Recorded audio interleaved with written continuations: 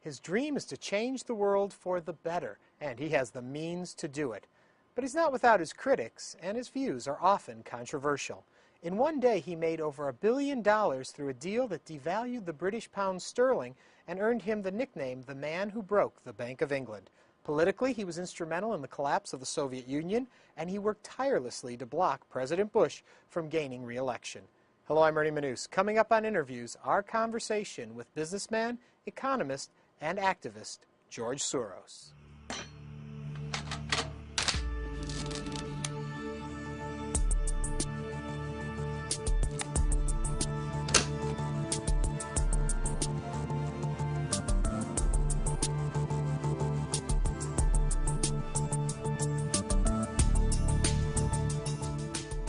When you dream at night, what do you dream about?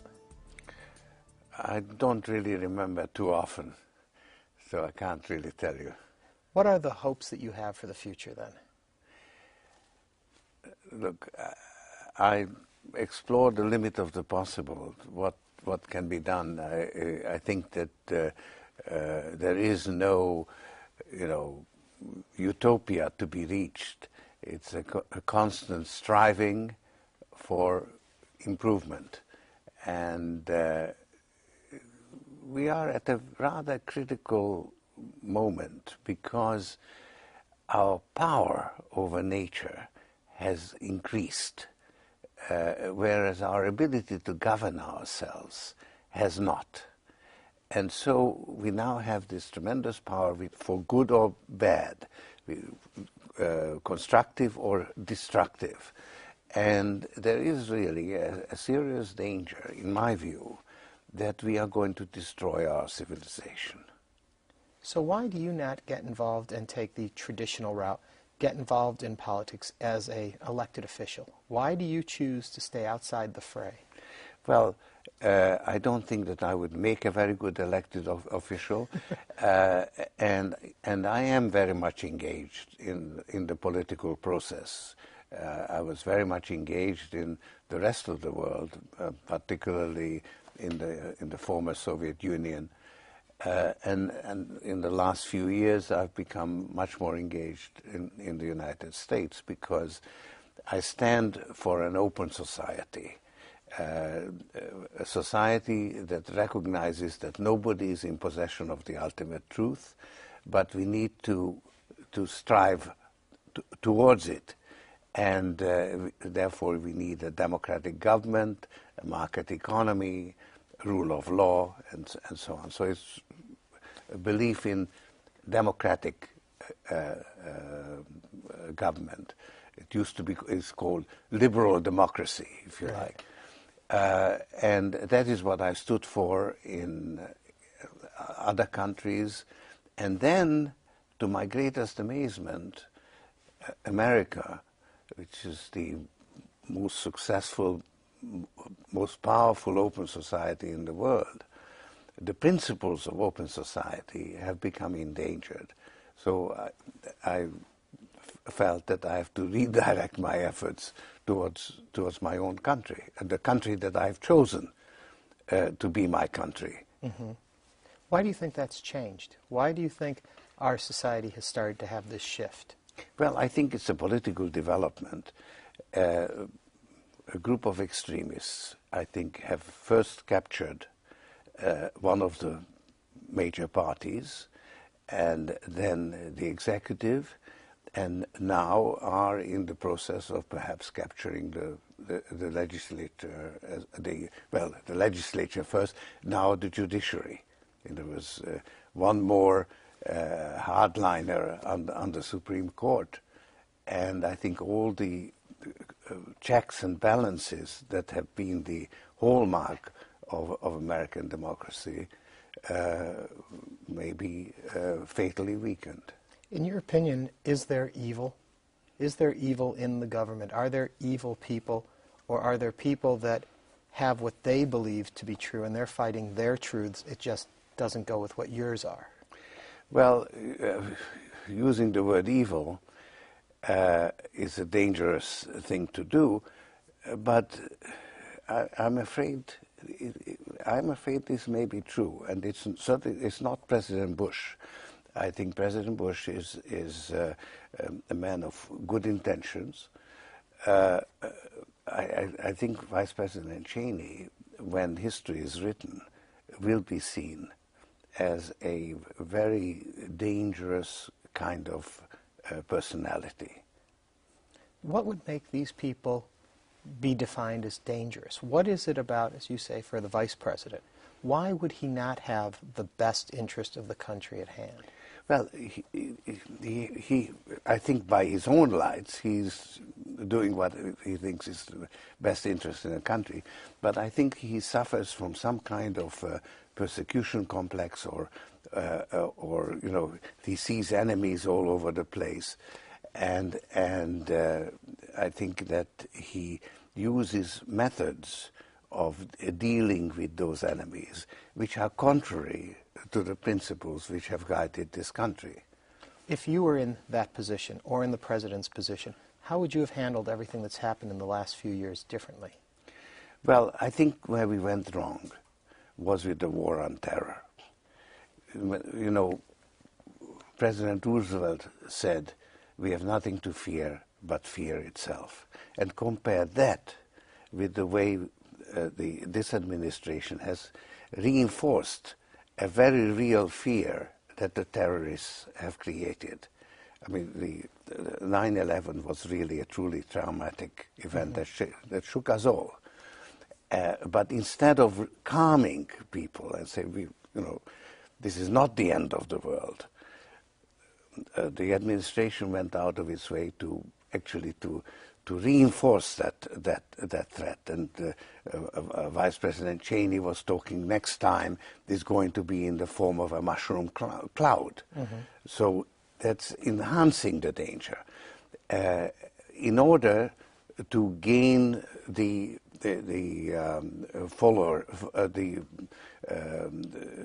support of the public for whatever they may be doing, and in order to make any kind of criticism of their policies unpatriotic. And that is in fact what happened for about 18 months after 9/11. There was not a critical voice. And that is what enabled them, allowed them to carry out their policy, which was then turned into a disaster, because that's how we got into invading Iraq.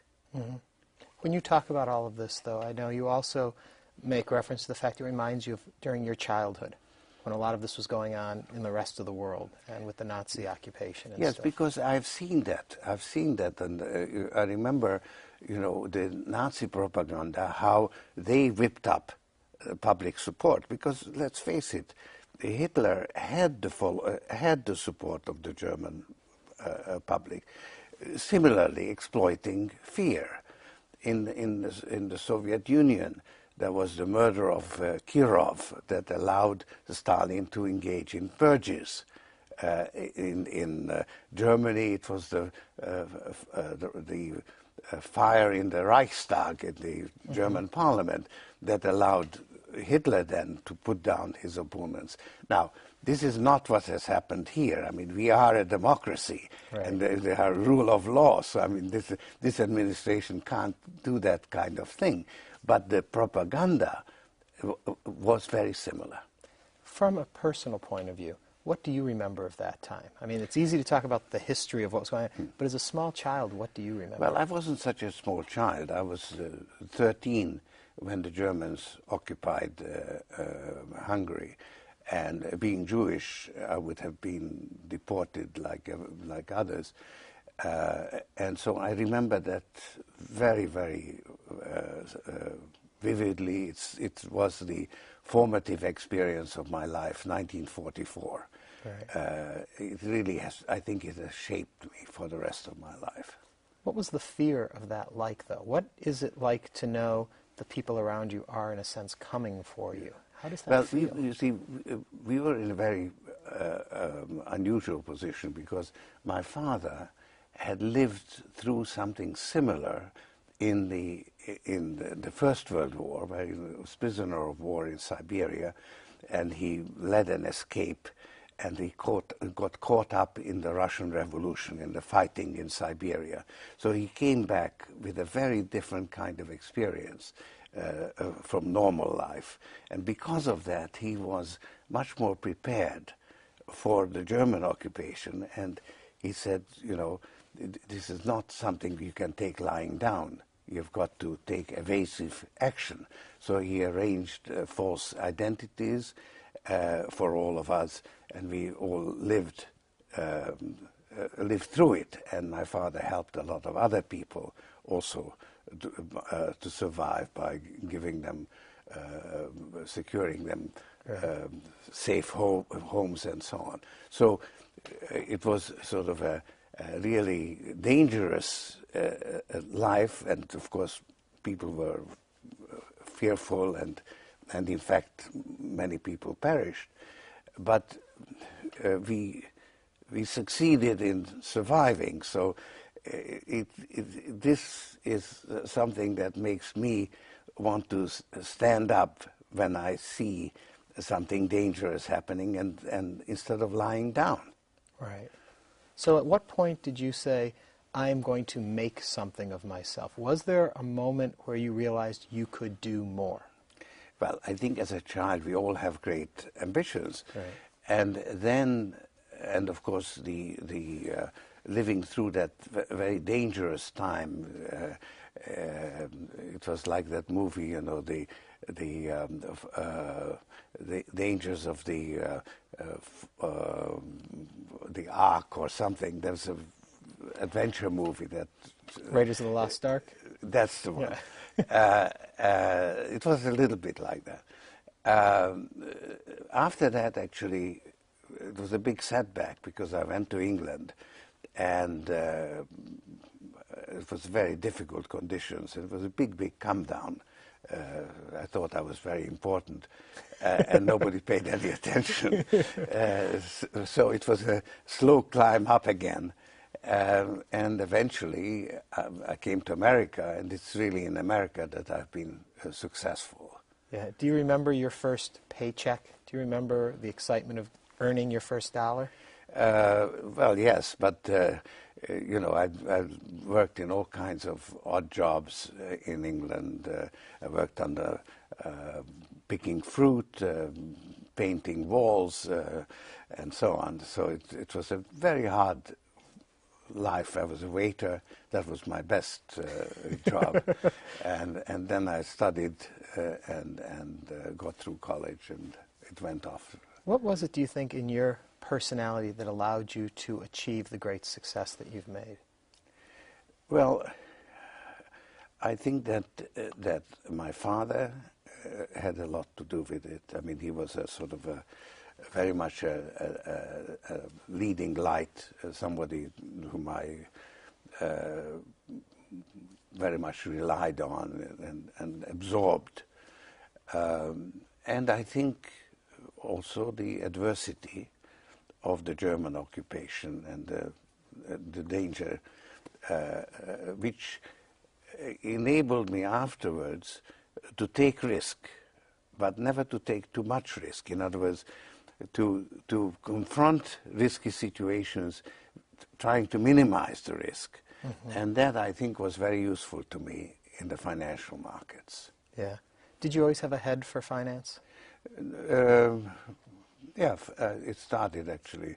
Even during 1944, when I was 14 years old, my father used me to do the currency transactions, because a boy wouldn't be sort of suspected of carrying dollars or gold.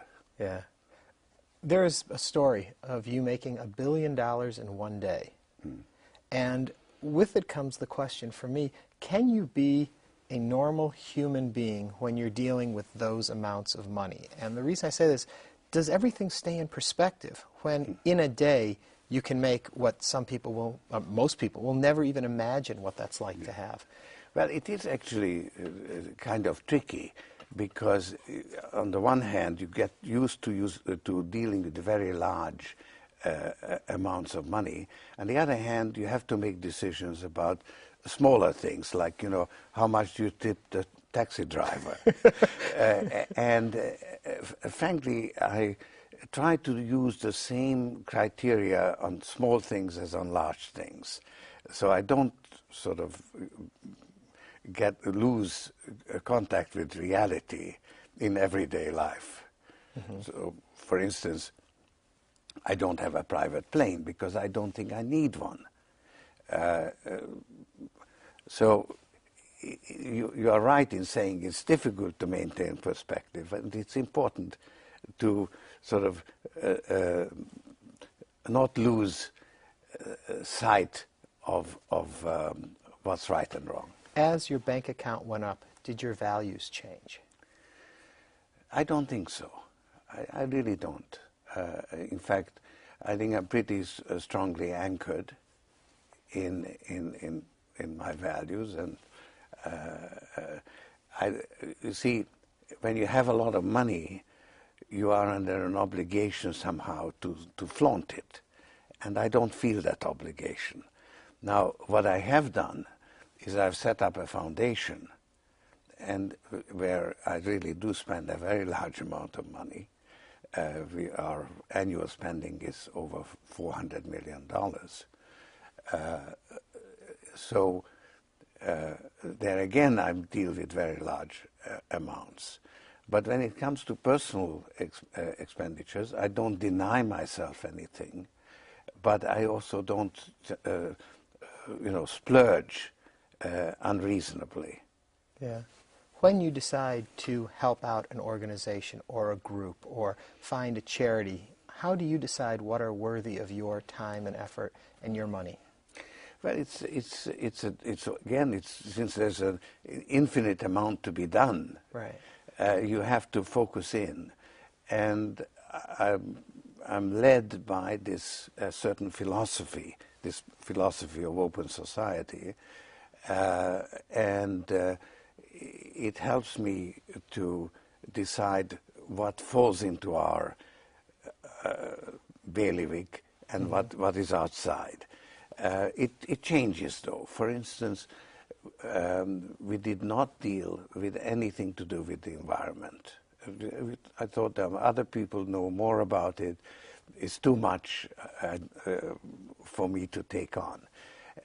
I've changed, actually. It was actually Al Gore's presentation that convinced me that global warming is a major issue for humanity. It's not just an environmental issue, it's a kind of a civilizational issue or existential issue. So I've become involved in global warming. So our activities shift, but they have a clear focus based on a certain philosophy, which has guided me both in making money and in spending it.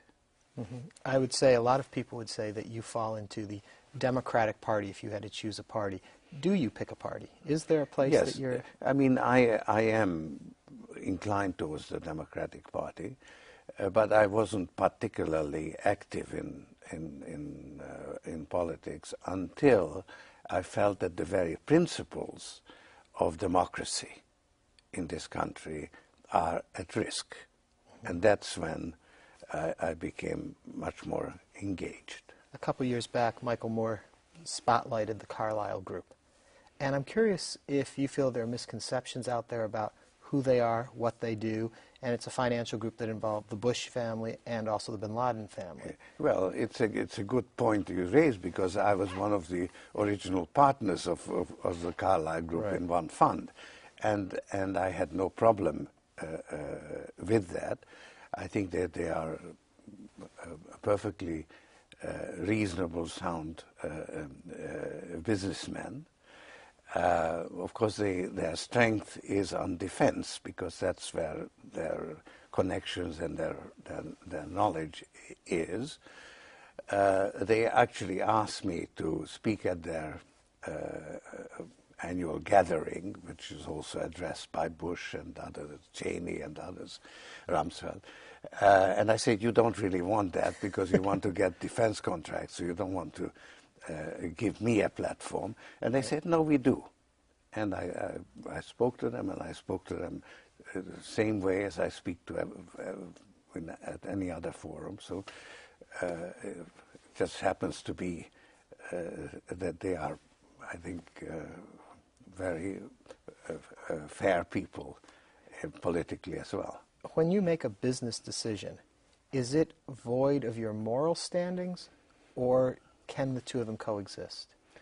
Well, it's it's a difficult thing, because as long as you are a small investor, somebody anonymous that can't influence the market price, you have no moral issues, because you can't influence reality. Mm-hmm. You don't, what you do doesn't change the market prices. But once you become influential, that your voice or your actions are imitated, influence others, so it moves markets, then you have a problem of, your personal benefit and the public good. And that does make life difficult. Yeah. How do you balance it then for yourself? Well, eventually I got out of the market. In other words, I'm not. That's the best way to handle it then. It does make it difficult. I will give you an example. When I was a small fund, I bought shares in, let's say, Northrop at the time when they were accused of bribery, and the stock collapsed. And I thought that's a good investment, and in fact it was a good investment. And in fact, I have absolutely no moral scruples about having bought that stock, because my buying it did not in any way influence what happens to Northrop. Mm-hmm. Later on, I took a public stand against or supported the banning of landmines. And I also happened to own a chunk of stock in a company that manufactures landmines. Mm-hmm. And I felt obliged to sell it. And it was against my business judgment, because actually it turned out to be a very good stock. And it was a pity that I had to sell it. But I felt that being a public person advocating abolition of landmines, I can't own shares in a company. Right. So that shows you the sort of moral dilemma that does arise. Back in the 2004 election, it was quite well publicized, all the amount of money, and from your net worth, it doesn't seem to be such a huge chunk, but around 15 million, some people have said, that you put into trying to oust George Bush. It's actually 27 and a half. 27 and a half, okay. Right. Do you feel at this point, one, that the money was unwisely spent since it didn't work? And the other side of that question is, why didn't it work? With all of that money and all of the criticism, why was it that, do you think, the American people still supported him? First of all, I think the money was very well spent. It was very important to take a stance. I think that if President Bush had been not re-elected, history would have taken a different course, and we would not be in the kind of trouble that we find ourselves in. So I felt then, and I feel now, that it was absolutely the right thing to do. But you can't buy things with money. I mean, in the end, people do have a vote, and in terms of money, actually, the two parties were pretty equal. So you have to ask yourself, and I did ask myself, how come that President Bush was re-elected? And one of the sad answers that I came up with is that we don't really care about the truth. That people care about success, what works, and not what's true and what's false. So they didn't have the kind of resentment for being misled as I felt. And that, I think, is a commentary on our society. Now, you could argue that 3 months later, there was more evidence, and if the elections had been held later, it might have had more effect, so it may have been just timing. But against that argument, while people now recognize that going into Iraq was a terrible blunder, people still accept the war on terror as the frame in which we have to think about foreign policy. And in my firm judgment, the war on terror is a false metaphor that leads to counterproductive results. It achieves the opposite of what it's meant to do. It actually reinforces terrorism and creates a never-ending and escalating vicious circle of violence and repression. Could you be wrong? Could your opinion not be accurate? Absolutely. And because my argument is an abstract argument, and the war on terror is also an abstraction. And we need to form abstractions in order to deal with reality. But our abstractions don't correspond to reality. They are abstractions. They are distortions of reality. So I distort it one way, President Bush distorted it the other way. It's for everyone to judge. Obviously, I believe that my arguments are valid. Well, George Soros, we are out of time. Thank you so much for sitting down with us. Very good. George Soros. Good.